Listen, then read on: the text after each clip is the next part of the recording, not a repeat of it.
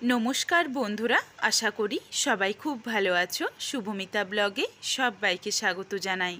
আজকে তোমাদের শেয়ার করব উচ্ছের এক দুর্দান্ত রেসিপি। এই রেসিপিটা বাচ্চা থেকে বড় সবাই কিন্তু চেয়ে চেয়ে খাবে। আর এই সময় সিজন চেঞ্জের সময় কিন্তু আমাদের প্রায় সকলেরই বাড়িতে জ্বর, সর্দি, কাশি কারো না কারো হয়েই থাকে। এই সময় মুখে একদম রুচি থাকে না, তবে এইভাবে যদি উচ্ছের রেসিপিটা বানাও তাহলে মুখের রুচি ফেরাতেও ভীষণ সাহায্য করবে।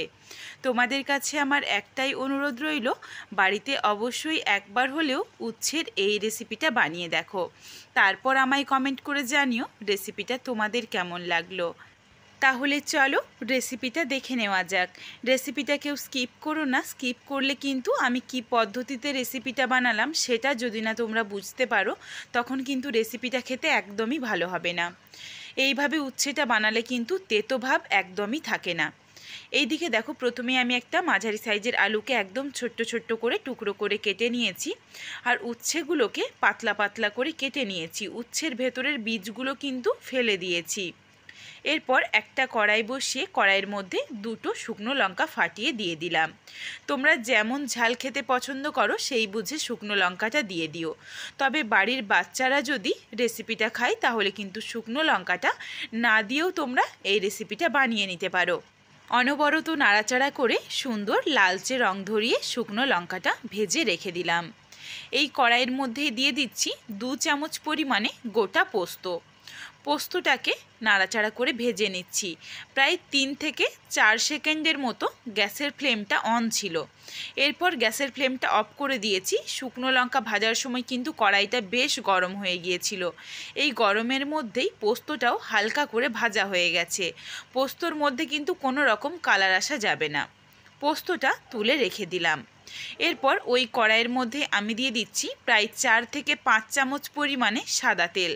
এই রেসিপিটা সাদা তেলেই খেতে বেশি ভালো লাগে। তেলের পরিমাণটাও কিন্তু একটু বেশি দিতে হবে। এই তেলটা কিন্তু একদমই থাকবে না, পুরো তেলটাই রান্নার মধ্যে টেনে নেবে।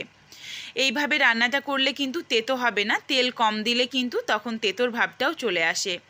তেল খুব ভালোভাবে গরম করে প্রথমেই দিয়ে দিচ্ছি কেটে রাখা উচ্ছে। উচ্ছেগুলো আমি গোটা অবস্থাতেই ধুয়ে কেটে নিয়েছি, এই জন্য দেখো ছিটকে গায়ের মধ্যে আসছে না। উচ্ছেটার মধ্যে একদম জল নেই।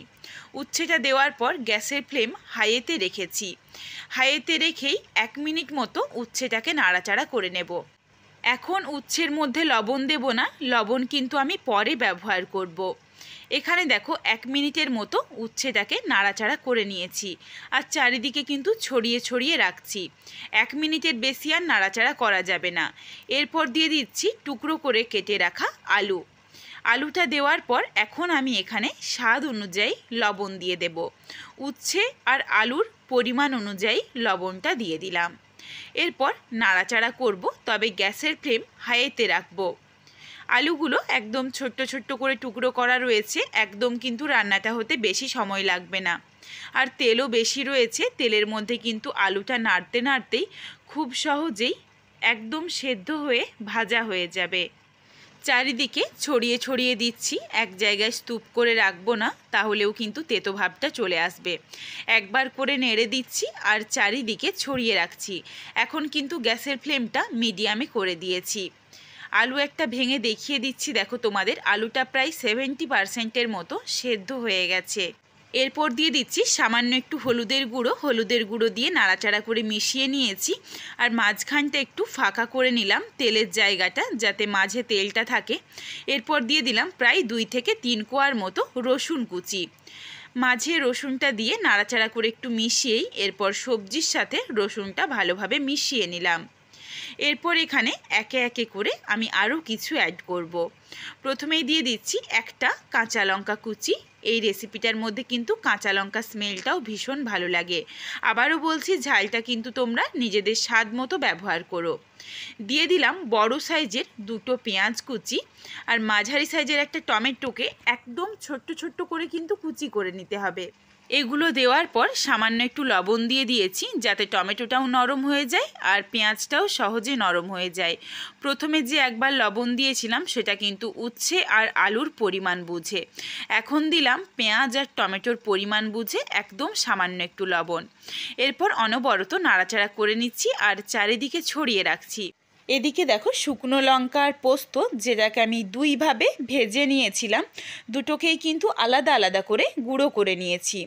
একসাথে গুঁড়ো করলে বেশি গুঁড়ো হয়ে যাবে, এই জন্য আলাদা আলাদাই গুঁড়ো করতে হবে। বেশ একটু দানা দানা রেখে শুকনো লঙ্কা আর পোস্তটাকে গুঁড়ো করে নিয়েছি। মিক্সার গ্রাইন্ডারে প্রায় 2 থেকে 3 সেকেন্ড মতো গ্রাইন্ডারটা চালিয়েই বন্ধ করে দিতে হবে। এর থেকে বেশি দিলেই কিন্তু একদম মিহিভাবে গুঁড়ো হয়ে যাবে। এদিকে দেখো ভালোভাবে কিন্তু সমস্ত সবজি সেদ্ধ হয়ে গেছে আর টমেটোগুলোও একদম গলে গেছে। তোমাদের একটা আমি আলু আর উচ্ছে ভেঙে দেখিয়ে দিচ্ছি। দেখো একদম সুন্দরভাবে সফট হয়ে গেছে, বেশ একটা সুন্দর কিন্তু কালারও চলে এসেছে।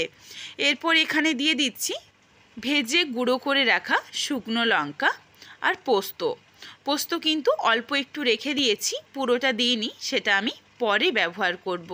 এগুলো দেওয়ার পর আর বেশিক্ষণ কিন্তু রান্নাটা করা যাবে না।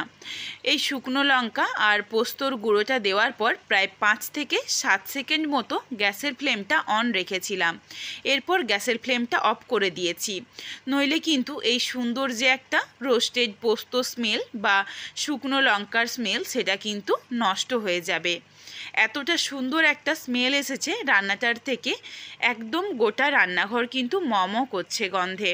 তোমাদের কাছে আমার অনুরোধ রইল, বাড়িতে অবশ্যই একবার হলেও উচ্ছে বা করলা দিয়ে এই রেসিপিটা বানিয়ে আমায় জানিও রেসিপিটা তোমাদের কেমন লাগলো। রেসিপিটা দেখো রেডি হয়ে যাওয়ার পর একদম ঝরঝরে হয়েছে। আমি একটা প্লেটের মধ্যে নামিয়ে নিচ্ছি। কতটা লোভনীয় দেখতে হয়েছে রেসিপিটা সেটা তোমাদের আমি একবার কাছ থেকে দেখিয়ে দেব, যাতে রেসিপিটা দেখলেই তোমাদের বানাতে ইচ্ছে করে। পুরোটাই নাবিয়ে নিয়েছি আর অল্প একটু যে গুঁড়ো করে রাখা পোস্ত রেখেছিলাম এটা আমি ওপর থেকে একটু ছড়িয়ে দিচ্ছি, যাতে দেখতেও বেশ ভালো লাগে আর খেতেও কিন্তু ভীষণই ভালো হবে। রেসিপিটা একদম রেডি। এরপর গরম গরম ভাতের সাথে একদম জমে যাবে। তোমরা যদি এই রকম নিত্য নতুন রেসিপি আরও পেতে চাও তাহলে অবশ্যই আমার চ্যানেলটিকে সাবস্ক্রাইব করে পাশে থাকা বেলটি অন করে অল নোটিফিকেশান অন করে দিও, যাতে আমার প্রত্যেকটা রেসিপির নোটিফিকেশান সবার প্রথমে তোমাদের কাছে পৌঁছে যায়। আবারও খুব শীঘ্রই হাজির হচ্ছি নতুন কোনো এক রেসিপি নিয়ে। পরবর্তী রেসিপি দেখার আমন্ত্রণ রইল। পুরো ভিডিওটা দেখার জন্য অনেক অনেক ধন্যবাদ। তাহলে আজকে আসি, সবাই ভালো থেকো, সুস্থ থেকো।